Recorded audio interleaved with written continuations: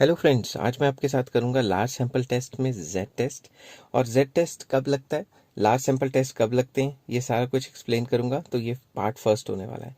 तो सबसे पहले हम लार्ज सैंपल टेस्ट तब यूज़ करते हैं जब नंबर ऑफ आइटम 30 या 30 से ज़्यादा होते हैं। इसकी जो एप्लीकेशन है वो 5 तरीके से अप्लाई हो सकती है। पहला है test of hypothesis about population mean.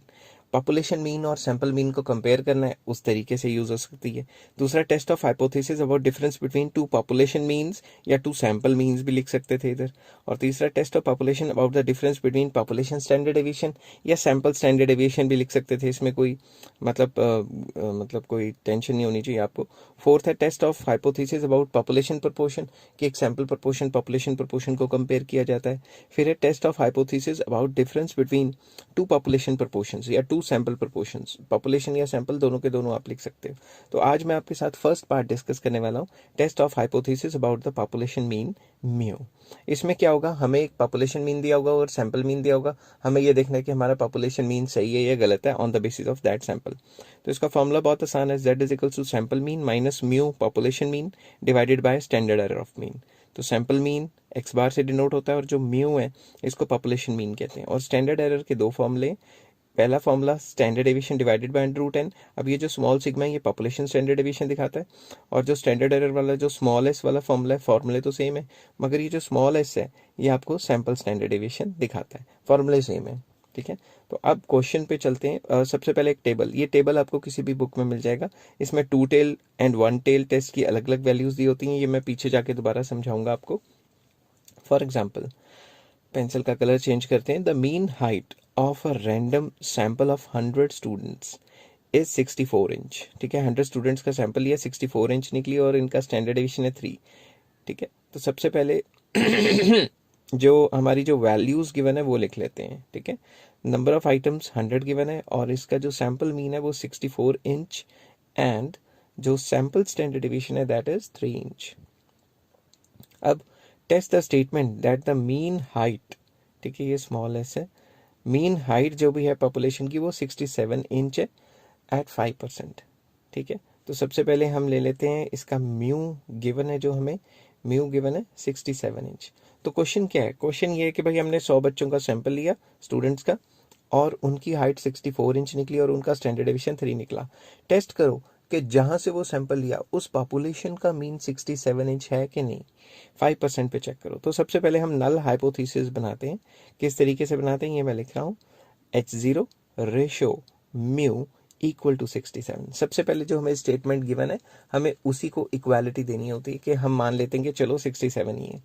Alternative hypothesis में हमें ये तो बिल्कुल नहीं कहा हुआ कि प्रूव करो 67 से कम है या 67 से ज़्यादा है। तो हम लिखेंगे alternative hypothesis H1 ratio mu not equal to 67। अब जब मैंने आपको पीछे बताया कि जब भी नॉट इक्वल टू का केस आता है तो क्या लगता है, 2 टेल टेस्ट।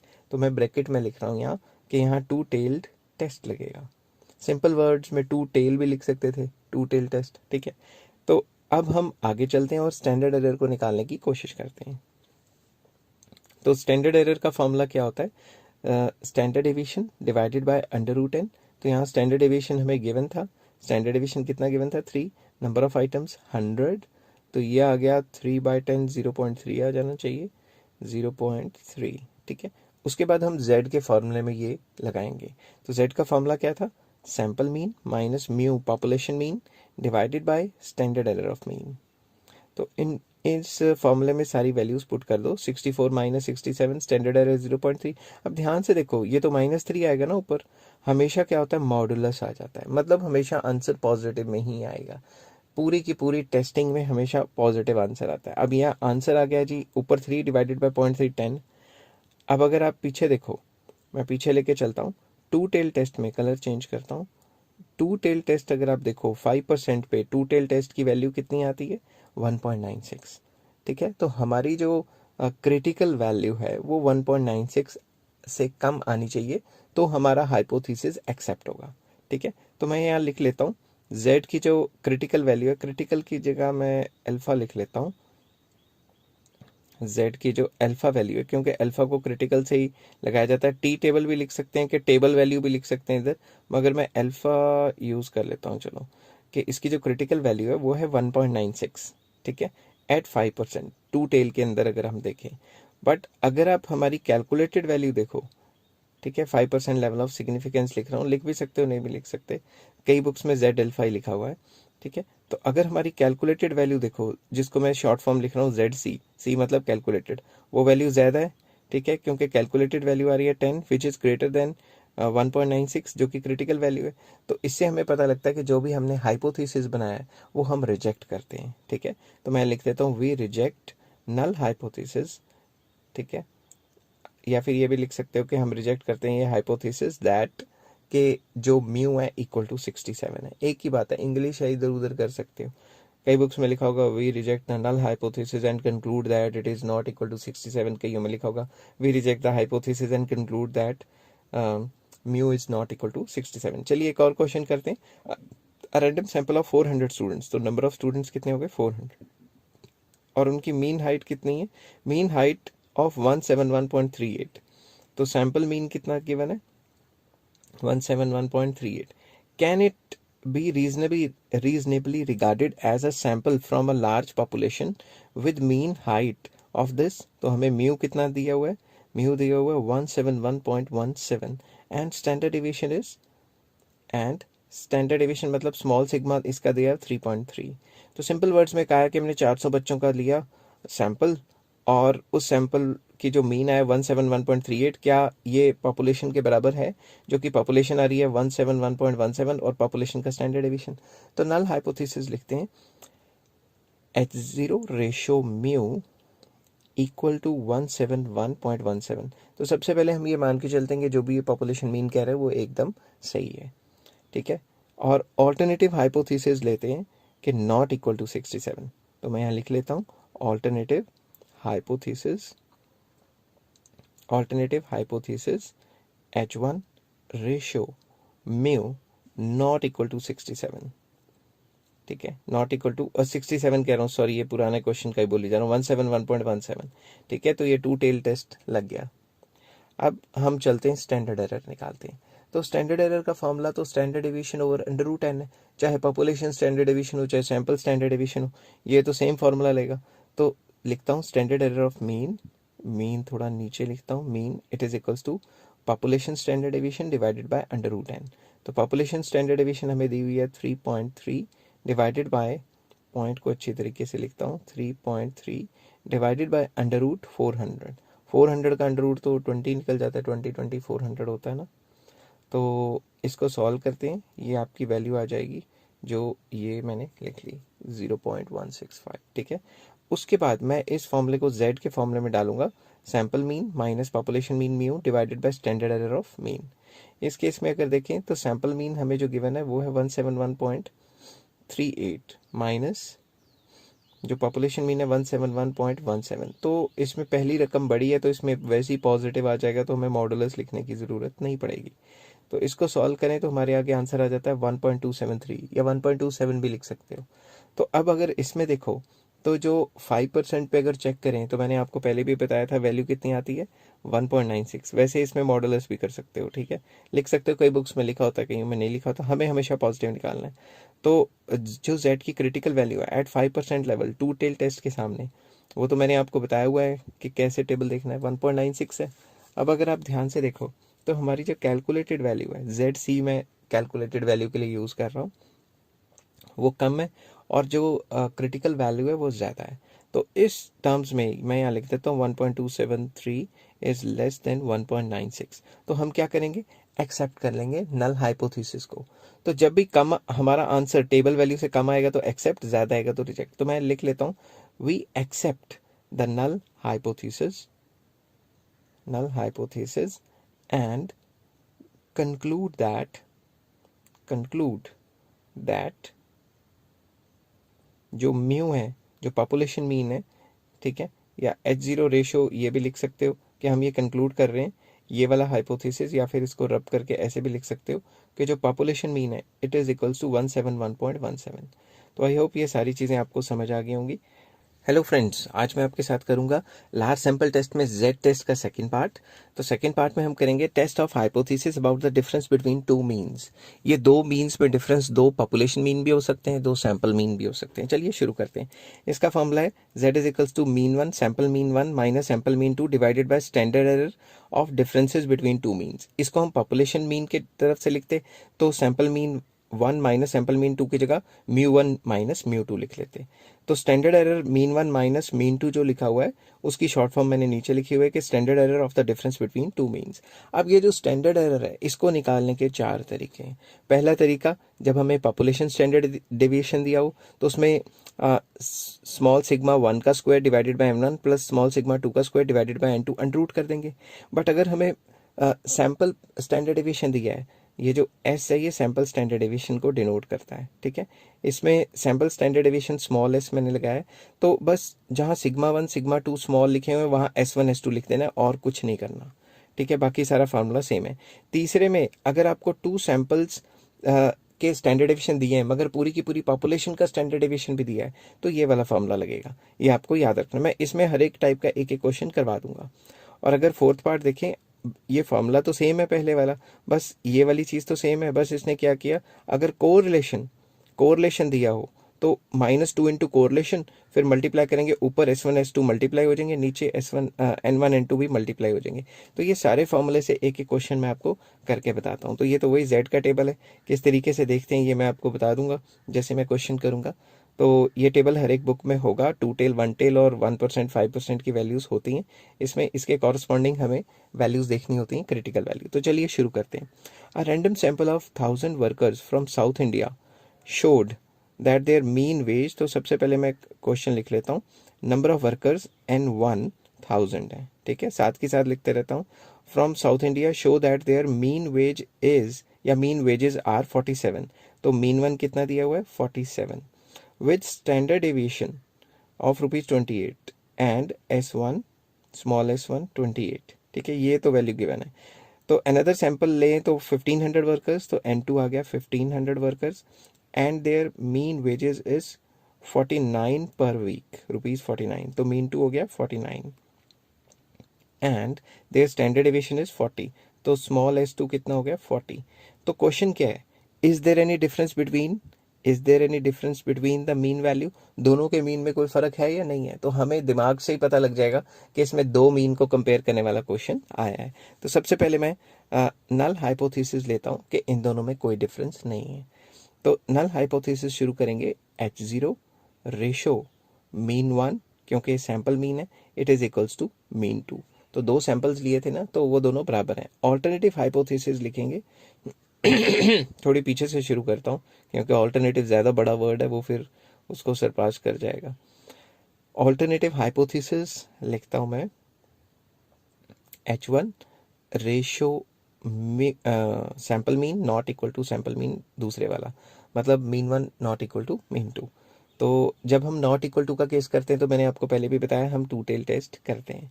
तो इसके अंदर अब हम शुरू करते हैं स्टैंडर्ड एरर। तो स्टैंडर्ड एरर का फॉर्मूला बहुत आसान है, जो कि मैंने आपको पहले बताया हुआ है, तो वही अप्लाई करते हैं। S1 square divided by N1 plus S2 square divided by N2 whole under the root, ठीक है। तो इनकी वैल्यूज़ मैं पुट कर देता हूँ। तो ये है 28 का square divided by N1, number of item थी 1000, प्लस ये वैल्यूज़ जो गिवन है बस यही वैल्यूज़ डालनी है, बाहर से कोई वैल्यूज़ नहीं डालनी, ठीक है। प्लस S2 कितना था, 40 डिवाइडेड बाय, और रब करके प्लस उधर चला गया था, बीच में लिख लेता हूँ, डिवाइडेड बाय इसके जो फ्रीक्वेंसी नंबर ऑफ आइटम्स जो थी दूसरे वाली वो थी 1500। इसको सॉल्व कर लेते हैं। इसको सॉल्व करके स्टेप्स खींचने का फ़ायदा नहीं है, क्योंकि इस लेवल पे आप कर रहे हो तो आपको प्लस माइनस तो आता ही होगा, मल्टीप्लाई अंडर रूट वगैरह। तो इसका formula mean one minus mean two sample वाले divided by standard error of differences between two mean. तो हम सिंपली वैल्यू पुट कर लेते हैं। फर्स्ट का जो मीन है वो है 47, दूसरे का मीन 49। ये फिर से ऊपर माइनस में आएगा तो हमें मॉडुलस में लेना पड़ेगा, तो मैं यहाँ लिख लेता हूँ मॉडुलस। तो इसको सॉल्व करें तो आंसर आ रहा है 1.47। तो अब अगर हम देखें z की वैल्यू, जो टेबल वैल्यू है 5% पे, 5% पे कितनी आती है, 1.96। टेबल देखना आपको बताया था मैंने अभी। तो 1.96 से हमारी जो वैल्यू है वो तो कम ही आ रही है, तो जब भी हमारी वैल्यू कम आती है, calculated value is less than critical value, तो हम क्या करते हैं, वी एक्सेप्ट द हाइपोथेसिस। तो हम लिख लेते हैं hence we accept null hypothesis and conclude, हम कंक्लूड करेंगे and conclude that mean one equal to mean two, मतलब sample mean one equal to sample mean two. Simple सी बात है, टेबल से कम आ रही है एक्सेप्ट, टेबल वैल्यू से ज्यादा आ रही है रिजेक्ट, पूरे के पूरे हाइपोथेसिस में यही चीज गिवन है। नेक्स्ट आ जाती है सेकेंड एग्जाम्पल। इसमें थोड़ा सा टिल्ट है इसलिए मैंने क्वेश्चन किया हुआ है। The mean yield of wheat from Patiala district was 210 kg and standard deviation is 10 पर kg, और सैंपल्स लिए थे 100 प्लॉट्स के। तो मैं लिख देता हूँ नंबर ऑफ प्लॉट्स 100, और इसका जो मीन लिया था 200, मैं फिर से अच्छे से लिख लेता हूँ, mean one equal to 210 and standard deviation S1 हमें गिवन है 10, ठीक है, ये वाली। अब N2 कितना गिवन है वो देखते हैं। N2 इन लुधियाना डिस्ट्रिक्ट मीन जो थी वो 220, तो यहाँ लिख लेता हूँ mean yield is 220 and standard deviation is 12 and small s2 is 12, ठीक है, from a sample of 150 plots. तो नंबर ऑफ जो सेकंड प्लॉट्स हैं N2 वो 150 प्लॉट्स, 160 बोल दिया शायद मैंने, एंड इसकी जो पूरा स्टैंडर्ड डिवीजन दी है एंटायर स्टेट की वो दी है 11 kg पर एकड़। Test whether there is any difference between two yield of crops, दोनों में कोई मीन में कोई फर्क है कि नहीं। तो अब इसमें जो हमें वैल्यूज गिवन है वो आपने देख लिया ना कि अलग अलग स्टैंडर्ड डिवीजन गिवन है, सैंपल्स की और पॉपुलेशन की भी गिवन है। तो सबसे पहले नल हाइपोथेसिस लेते हैं, H0 ratio mean one equal to mean two, के दोनों के सैंपल्स में कोई फर्क नहीं है। ऑल्टरनेटिव हाइपोथेसिस लेते हैं, कि H1 ratio mean one not equal to mean two, के दोनों में कोई फर्क, पहले में ले लिया नल हाइपोथेसिस में नहीं है, दूसरे में ऑल्टरनेटिव में फर्क है, तो टू टेल टेस्ट लगेगा इधर, ठीक है। अब स्टैंडर्ड एरर निकालने का तरीका मैंने आपको पहले ही बताया कि जब अलग अलग सैंपल दिए हो तो वो पीछे वाला, और अगर अलग अलग के साथ पॉपुलेशन भी दिया हो तो ये वाला फॉर्मूला लगेगा, sigma square multiply by 1/n1 plus 1/n2 whole under the root, ठीक है। तो इसमें सिंपली वैल्यूज पुट करेंगे, ओहो ये टेढ़ा मेढ़ा हो जाता है, तो ये अंडर रूट लिख लेता हूँ। अंडर रूट के अंदर ये जो स्मॉल सिग्मा ये 11 है, 11 का स्क्वायर कर देंगे। N1 प्लॉट्स पहले 100 थे, दूसरे नंबर ऑफ प्लॉट्स थे 150, तो इसको हम सिंपली सॉल्व कर लेंगे। तो प्लस माइनस तो आप कर ही लोगे, मैं सीधा इसकी वैल्यू लिख लेता हूँ, ये आ गया 1.42। नेक्स्ट मैं क्या करता हूँ, Z के फॉर्मूले में डालता हूँ, ये है sample mean 1 minus sample mean 2 divided by standard error of difference between two means, ठीक है। इसमें वैल्यू डालता हूँ मैं। तो सबसे पहले का सैंपल मीन कितना गिवन था 210, दूसरे का सैंपल मीन गिवन था 220। अब ये फिर माइनस में आ जाएगा तो मैं मॉडुलस लिख लेता हूँ, ठीक है ना, क्योंकि हमें तो हमेशा आंसर पॉजिटिव ही निकालना है। तो यहाँ स्टैंडर्ड एरर की वैल्यू मैं डाल देता हूँ 1.42।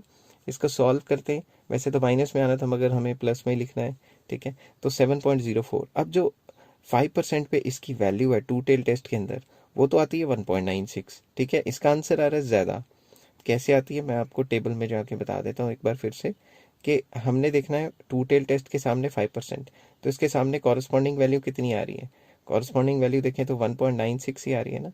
तो नेक्स्ट पेजेस पे मैं चलता हूँ। तो अब Z की जो कैलकुलेटेड वैल्यू है जो हमने निकाली है, C को मैं कैलकुलेटेड ले रहा हूँ, वो 7.4 है, जो कि ज़्यादा है इसकी वैल्यू से, ठीक है।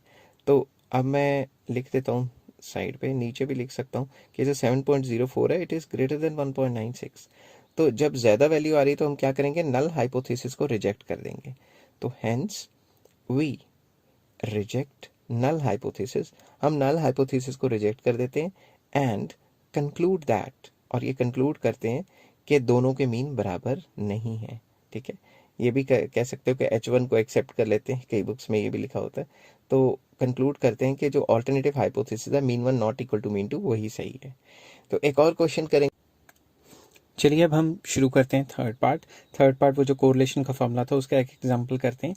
इन an intelligent test administered to 60 fathers and 100 children, following are the results जो हमने ऑब्टेन किए। Mean of fathers 114, standard deviation of father is 13, mean of children, C मतलब children 110, standard deviation of children 11, correlation जो है father और children में 0.75, calculate the standard error of the two difference between two mean and state whether there is a significant difference, इन दोनों में कोई difference है वो चीज़ पता लगानी है। तो सबसे पहले हमारे पास जो गिवन डाटा है वो मैं लिख लेता हूँ। गिवन डाटा हमारे पास जो था वो लिख लेता हूँ। नंबर ऑफ फादर्स जो थे हमारे पास वो थे 60, और जो मीन ऑफ फादर था वो 1 ले लेता हूँ, 114, अच्छे तरीके से लिख लेता हूँ 114, and standard deviation of fathers, ठीक है, 13। दूसरी तरफ नंबर ऑफ चिल्ड्रन जो थे वो थे 100, मीन ऑफ चिल्ड्रन जो था वो था 110, and standard deviation of children जो गिवन था हमें वो था 11, ठीक है। अब ये दोनों चीज़ें हमें गिवन है, तो हमें क्या निकालना है कि भाई जो इनके जो मीन है, फादर्स के मीन और जो चिल्ड्रन के मीन है, इसमें कोई फ़र्क है कि नहीं। तो नल हाइपोथेसिस बनेगा कि जो इनके जो मीन है उसमें कोई फ़र्क नहीं है, मीन 1 इक्वल टू मीन 2, ठीक है। ऑल्टरनेटिव हाइपोथेसिस में हम कह देंगे फ़र्क है, ऑल्टरनेटिव हाइपोथेसिस लिखते हैं और उसमें कह देते हैं कि दोनों में फ़र्क है, नॉट इक्वल टू, ठीक है। तो मैं लिख लेता हूँ H1 अच्छे तरीके से लिखता हूँ, H1 ratio mean 1 not equal to mean 2, ठीक है। ये नल हाइपोथेसिस और ऑल्टरनेटिव हाइपोथेसिस हो गए। अब आपको ये भी क्वेश्चन में गिवन था, अच्छे तरीके से बनाता हूँ इसको, ये भी क्वेश्चन में गिवन था कि जो कोरिलेशन है वो है 0.75। तो अब हम वो थर्ड फोर्थ फार्मूला जो था वो लगाएंगे कि standard error of the difference between two means it is equals to S1 square divided by N1 plus S2 square divided by N2 minus 2 into correlation, और यहाँ पे S1 S2 को multiply कर देंगे ऊपर, और नीचे N1 N2 को मल्टीप्लाई कर देंगे, N1 N2 अंडर रूट। अब इस फॉर्मूले में सारी वैल्यूज़ पुट कर देते हैं हम। S1 हमें गिवन है 13 का स्क्वायर, और N1 है 60, प्लस S2 हमें गिवन है 11, तो ये हो गया 11 का स्क्वायर डिवाइडेड बाय N2 है 100, माइनस 2 इंटू कोरिलेशन मतलब 2 इंटू 0.75, और उसके साथ S1 S2 को मल्टीप्लाई कर देंगे, मतलब 13 multiply by 11 divided by 60 multiply by 100।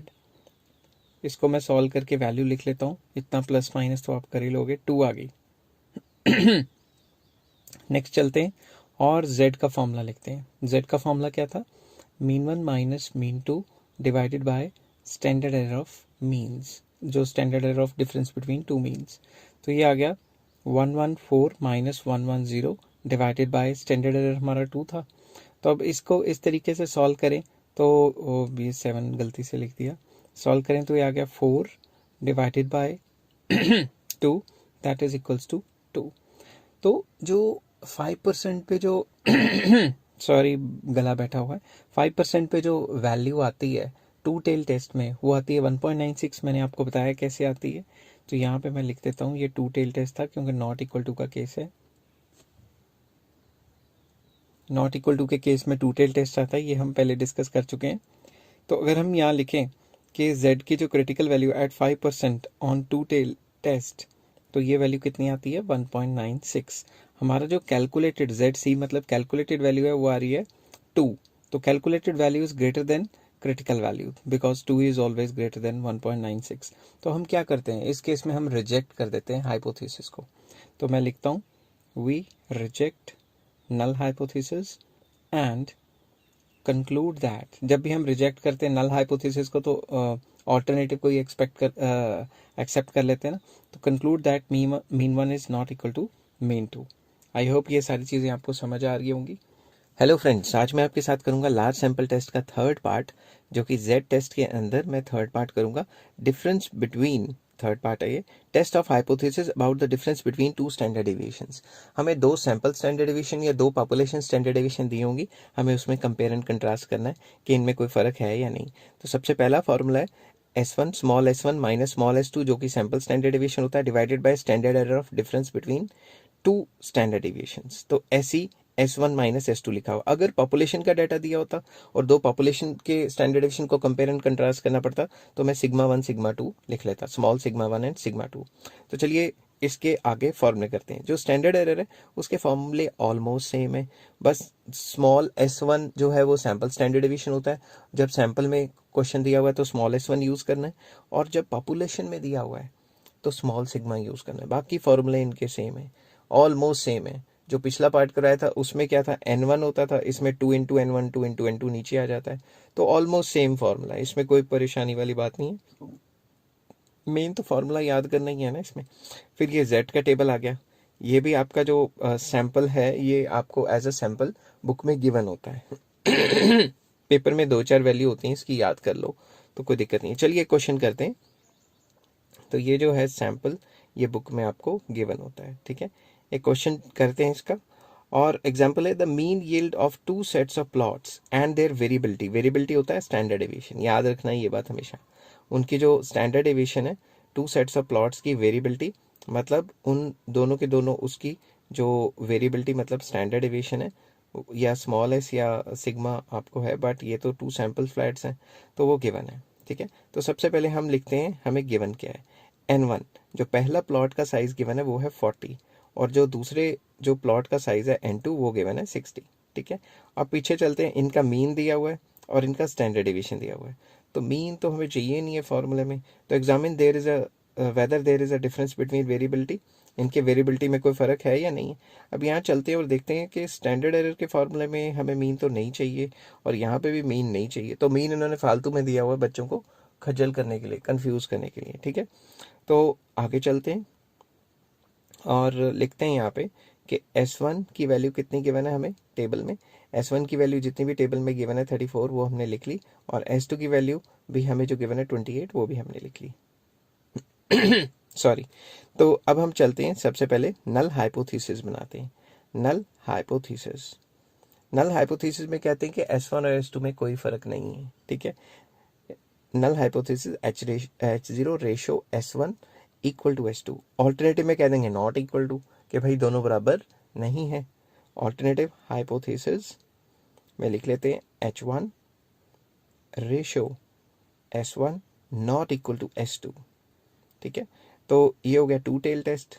To tail test because whenever हमें ये चीज़ निकालनी है कि नॉट इक्वल टू, तो वो टू टेल टेस्ट आता है, वो मैं पहले डिस्कस कर चुका हूँ, आप पिछली वीडियोस पे जाके इसको देख सकते हैं। तो z का formula S1 divided by S2 divided by standard error, S1 minus S2 divided by standard error.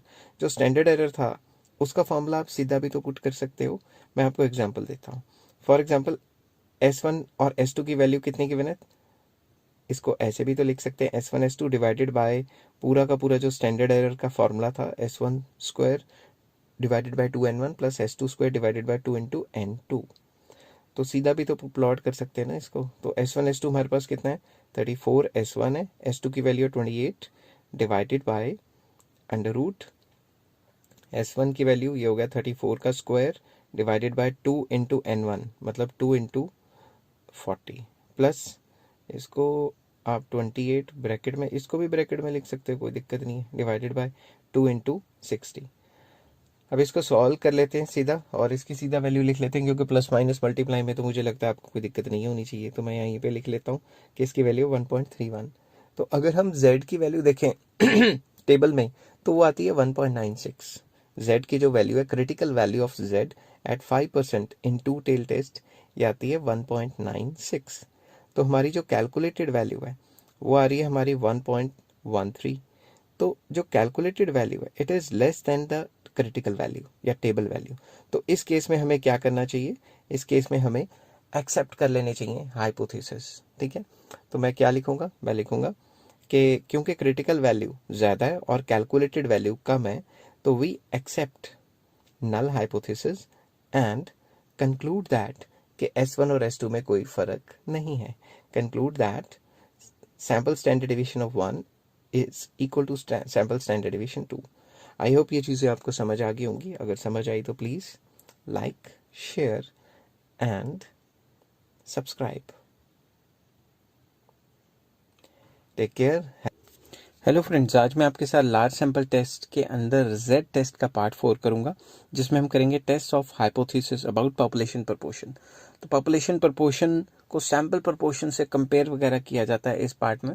तो मैं डिटेल में बताऊंगा क्या होता है, कैसे होता है। क्वेश्चन है उसको भी दो डिफरेंट तरीके से सॉल्व करके दिखाऊंगा। तो इसका formula Z is equals to small P minus capital P divided by standard error of proportion. अब ये स्मॉल पी क्या होता है ये मैं साइड पे लिख लेता हूँ। स्मॉल पी हम कहते हैं सैंपल प्रपोर्शन को, तो मैं साइड पे लिख लेता हूँ इसको। Small P is sample proportion और कैपिटल पी पॉपुलेशन प्रपोर्शन होता है, जिसको मैं सबसे पहले स्मॉल पी लिखता हूँ। Small P is sample proportion, sample proportion. ठीक है, इसके बाद मैं लिखता हूँ कैपिटल पी, जो कि है पॉपुलेशन प्रपोर्शन, पॉपुलेशन प्रोपोर्शन। बहुत आसान है, इसमें कोई दिक्कत वाली बात नहीं है। और जो डिवाइडेड बाय नीचे लिखा है एस ई पी होता है standard error of proportion, standard error of proportion, proportion. यहाँ यार हल्का सा राइटिंग अजीब सी होगी, इसको रब करके दोबारा लिखता हूँ। Standard error of proportion. ये नीचे जगह कम रह जाती है, इसलिए लिखना थोड़ा सा मुश्किल हो जाता है, तो आई होप आप समझ रहे होंगे। नेक्स्ट पेज पे चलते हैं और स्टैंडर्ड एरर ऑफ प्रोपोर्शन के फॉर्मूलाज देखते हैं कि किस तरीके से, क्योंकि पॉपुलेशन और सैंपल के दो अलग अलग तरीके से इसके निकाले गए हैं। मैं आपको बताता हूँ। स्टैंडर्ड एरर ऑफ प्रोपोर्शन, जिसको SCP कहते हैं, it is PQ divided by N whole under the root. ये स्टैंडर्ड एरर ऑफ प्रोपोर्शन का फॉर्मूला तब लगेगा जब हमें पॉपुलेशन प्रोपोर्शन का डाटा दिया हुआ है। तो ये कब अप्लाई होगा? जब हमें पॉपुलेशन प्रोपोर्शन का डाटा है। ठीक है, ये बात आपने याद रखनी है। और दूसरे वाला फॉर्मूला, उसमें क्या है, जब हम सैंपल प्रोपोर्शन करने की कोशिश करते हैं तो सैंपल तो स्मॉल पी होता है ना, तो इसमें small P small Q divided by N under root हो जाएगा। ये हम कब लगाएंगे? जब सैंपल प्रोपोर्शन का डाटा हमें क्वेश्चन में अवेलेबल होगा। ठीक है, मैं यहाँ लिख लेता हूँ सैंपल प्रोपोर्शन, सैंपल प्रोपोर्शन। एक और फॉर्मूला लग सकता है इसका स्टैंडर्ड एरर का, जिससे मैं क्वेश्चन को सॉल्व करके दिखाऊंगा आपको। तो ये फॉर्मूला NPQ की टर्म्स में है। अगर आपने हल्की सी भी प्रोबेबिलिटी की हो तो आपको पता होगा। ये है under root NPQ, P probability of success, Q probability of failure और N जो टोटल नंबर ऑफ इवेंट्स होते हैं। ये फॉर्मूला भी लग जाता है। तो इन तीनों फॉर्मूले से हम क्वेश्चन सॉल्व करने की कोशिश करेंगे। तो देखते हैं कि इसको किस तरीके से निकाला जाता है। वो तो इन फॉर्मूला के बेसिस पे ही स्टैंडर्ड एरर निकलता है। ठीक है, अब इसका एक न्यूमेरिकल कराने की कोशिश करता हूँ। On the basis of the number of success लिख लेता हूँ। On the basis of number of success भी निकल सकता है। एक क्वेश्चन शुरू करते हैं। For example, a coin is tossed 100 times. एक सिक्का 100 बार उछाला under identical conditions, independently yield 30 heads. सिक्का 100 बार उछाला, 30 बार हेड्स आया, 70 टाइम टेल्स आया। टेस्ट करो 1% ऑफ सिग्निफिकेंस पे वेदर कॉइन इज अनबाइस्ड, कि कहीं सिक्का अनबाइस्ड तो नहीं है, इसको चेक करना। तो सबसे पहले सैंपल प्रोपोर्शन हमें दिया हुआ है 30 times. 30 out of 100 is 0.3। Clear. और अगर हम इसको इस तरीके से करें, but capital P population proportion, मतलब अनगिनत बार सिक्के उछालूं, बहुत ज़्यादा टाइम्स बार सिक्के उछालूं, तो हाफ चांस है सक्सेस का और हाफ चांस है फेलियर का। अब मैंने P probability of success and Q probability of failure होती है, और Q क्या होता है 1 - P, इसलिए मैंने ये निकाल लिया। तो सबसे पहले हम नल हाइपोथेसिस लेते हैं। नल हाइपोथेसिस कहते हैं कि जो P it is equals to 0.5 या हाफ, मतलब प्रोबेबिलिटी हाफ है हेड की भी और टेल की भी, तो हम यहाँ हेड को लेके आगे चलेंगे। तो सिक्का क्या है? अनबाइस्ड। ठीक है। ऑल्टरनेटिव हाइपोथेसिस कह देते हैं नॉट इक्वल टू हाफ या 0.5, एक ही बात है। तो अगर ये नॉट इक्वल टू हाफ आ गया, मतलब इसकी प्रोबेबिलिटी हाफ नहीं है, कब भी हो सकती है, ज़्यादा भी हो सकती है, इस केस में ये बाइस्ड होगा। तो चलिए शुरू करते हैं एक क्वेश्चन का तरीका। अब मैंने आपको बताया था जब भी नॉट इक्वल टू आता है तो टू टेल टेस्ट लगता है, तो यहाँ पे हम टू टेल टेस्ट लगाएंगे। ठीक है, अब हम इस क्वेश्चन को शुरू करते हैं। सबसे पहले स्टैंडर्ड एरर प्रोपोर्शन निकालते हैं। हमें P और Q की वैल्यू तो पता ही है, half half divided by N करके उसको अंडर कर देंगे। तो मैं यहाँ लिख लेता हूँ हाफ मतलब 0.5 multiply by 0.5 divided by number of tosses कितने थे 100 under root whole under root. इसको अगर सॉल्व करते हैं तो इसकी वैल्यू मैं लिख लेता हूँ, तो 0.05 ताकि कैलकुलेशन ना करनी पड़े। इतनी कैलकुलेशन तो मेरे ख्याल से आप कर लोगे। तो z के फॉर्मूले में डालते हैं small p sample proportion minus population proportion divided by standard error proportion. अब इसमें वैल्यूज डाल लेते हैं 0.3 माइनस 0.5। अब 0.3 माइनस 0.5 करेंगे तो माइनस में आएगा ना, नीचे डिवाइड कर दिया हमने स्टैंडर्ड जो स्टैंडर्ड एरर प्रोपोर्शन निकला है, तो इसीलिए हमेशा मॉडुलस वैल्यूज निकलती हैं। ठीक है, मॉडुलस वैल्यू मतलब हमेशा पॉजिटिव। तो इसको सॉल्व कर लेंगे, इसको सॉल्व करके हमारे आगे आंसर आ गया 4। अब इसका टेबल वैल्यू जो कि मैंने आपको बताई हुई है पहले, टेबल वैल्यू इसकी जो कैलकुलेटेड वैल्यू है वो आ रही है 4। ठीक है, it is greater then table value. Table value मैंने आपको जो सबसे पहले शुरू में z के करवाए थे उसमें बताया था 1% में कैसे देखते हैं और 5% में कैसे देखते हैं। इसकी 1% पे वैल्यू है 2.58। तो हमारी कैलकुलेटेड वैल्यू ज़्यादा है और टेबल वैल्यू कम है, इसलिए हम क्या करेंगे, रिजेक्ट कर देंगे नल हाइपोथेसिस को। तो मैं यहाँ लिख लेता हूँ वी रिजेक्ट H0 मतलब null hypothesis and conclude that जो कॉइन है वो क्या है, बाइस्ड। जब भी हम नल हाइपोथेसिस को रिजेक्ट कर देते हैं, ठीक है, we reject the null hypothesis, जब रिजेक्ट कर लेंगे तो ऑल्टरनेटिव को एक्सेप्ट कर लेंगे ना। तो please like share and subscribe. इसका एक और फॉर्मूला है जिस तरीके से इस क्वेश्चन को सॉल्व किया जा सकता है। जैसे हमें n की वैल्यू 100 गिवन है, p और q हमें पता है हाफ हाफ है। तो अगर मैं नल हाइपोथेसिस ले लूँ कि n इंटू पी इज 50, मतलब 50-50 चांस है आने के, और ऑल्टरनेटिव हाइपोथेसिस ले लूँ नॉट इक्वल टू 50। ठीक है, तो n मतलब नंबर ऑफ आइटम्स 100 हो गए, multiply by probability of success half, 100 into half 50 हुआ ना। तो अगर नॉट इक्वल टू लेते हैं तो इसमें 2 टेल टेस्ट लगेगा। तो अब मैं यहाँ पे n इंटू पी, जो कि मैं आपको बता रहा हूँ कि किस तरीके से ये निकलेगा। n इंटू पी हमें 30 दिया हुआ है और small p n into capital p 50, क्योंकि स्मॉल p सैंपल को रिप्रेजेंट करता है और कैपिटल p किसको रिप्रेजेंट करता है, पॉपुलेशन को। तो अगर मैं यहाँ standard error of n into P निकालूँ तो ये N P Q under root है, तो मैं इसकी वैल्यूज पुट कर देता हूँ। n 100 है, पी क्यू हाफ हाफ डाल दिए, इसको होल अंडर द रूट कर दिया, तो इसकी वैल्यू आ गई 5.0 मतलब 5 ही आ गई। तो अब हम क्या करते हैं, एन पी क्यू में सबसे पहले sample minus population, N P Q नहीं डालेंगे, एन पी मतलब पहले वाला जो एन पी है वो सैंपल है, minus N into capital P population divided by standard error proportion. अब इसमें हमने क्या किया है, वही सैंपल वाला 30, पॉपुलेशन वाला साइड पे, इसमें भी देखो z की वैल्यू 4 आ गई क्योंकि सेम क्वेश्चन है। तो कैलकुलेटेड वैल्यू ज़्यादा आ रही है और जो दूसरी वैल्यू है, जो टेबल वैल्यू है वो कम आ रही है। ठीक है, टेबल वैल्यू 2.58 आती है। तो इसमें भी सिंपली हम रिजेक्ट कर देंगे नल हाइपोथेसिस को, और नल हाइपोथेसिस को जब रिजेक्ट करते हैं तो ऑल्टरनेटिव हाइपोथेसिस को एक्सेप्ट करते हैं। तो इस तरीके से एनपीक्यू की हेल्प से भी हम इसको निकाल सकते हैं। आई होप ये चीज़ें आपको समझ आ रही होंगी। अगर समझ आ रही हैं तो please like share and subscribe. Hello friends, आज मैं आपके साथ डिस्कस करूंगा लार्ज सैंपल टेस्ट का लास्ट पार्ट, जेड टेस्ट का लास्ट पार्ट, और 5th पार्ट है ये। इसमें हम डिस्कस करेंगे test of hypothesis about the difference between 2 population proportions और सैंपल प्रपोर्शन। मतलब 2 पॉपुलेशन प्रपोर्शन को कंपेयर करना या 2 सैंपल प्रपोर्शन को कंपेयर करना कैसे करेंगे। चलिए नेक्स्ट पेज पे चलते हैं और इसके फॉर्मूला लिखते हैं।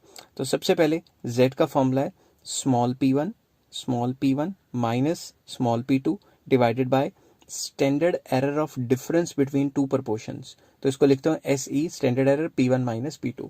अब ये तो स्मॉल P1 स्मॉल P2 है, मतलब 2 सैंपल्स को कंपेयर किया जा रहा है।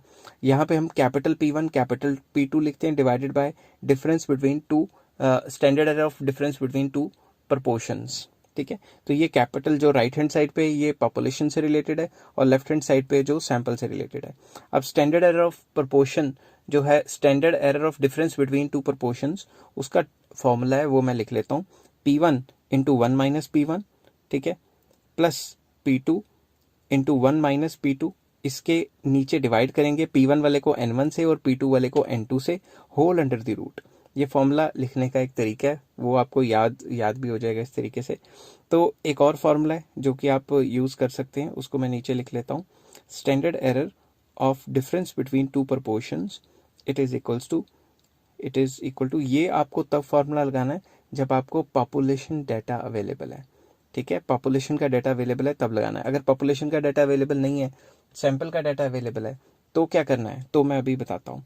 तो सबसे पहले स्मॉल पी और small Q into 1/N1 plus 1/N2 whole under the root. ठीक है, अब ये जो स्मॉल p है ये कैसे निकलेगा, जैसे आपको याद है स्टैटिस्टिक्स में शुरू में सेंट्रल टेंडेंसी में कंबाइंड मीन निकलता था, N1 P1 plus N2 P2 divided by N1 plus N2। Combined mean भी इसी तरीके से निकलता था, तो वो वाला। तो Q क्या है, 1 माइनस पी।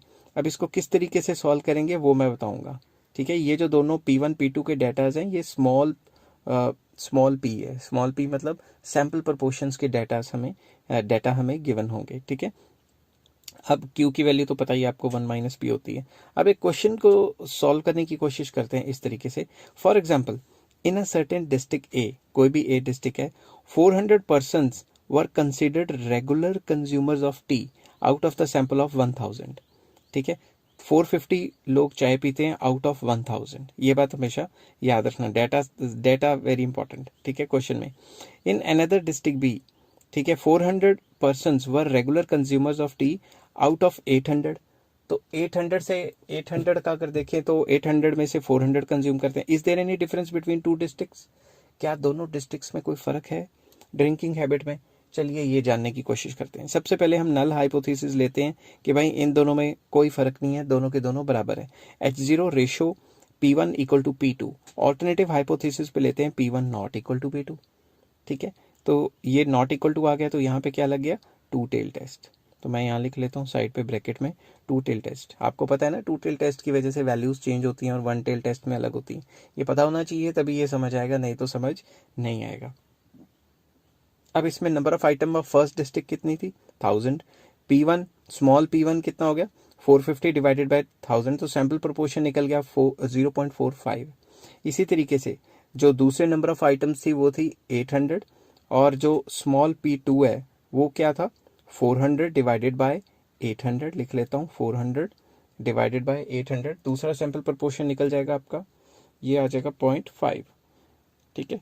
अब इसमें हम निकालेंगे P का formula again N1 P1 into N2 P2 divided by N1 plus N2। I hope ये चीज़ आपको समझ आ रही होगी, कंबाइंड मीन की तरह ये।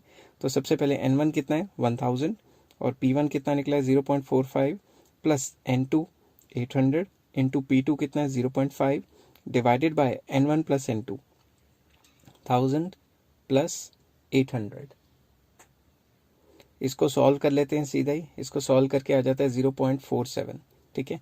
ये स्टेप्स मैंने लिखे नहीं क्योंकि ये तो कर ही लोगे सॉल्व आप, प्लस माइनस मल्टीप्लाई है, ये तो डिवाइड भी है, खैर। अब standard error of difference between to proportions.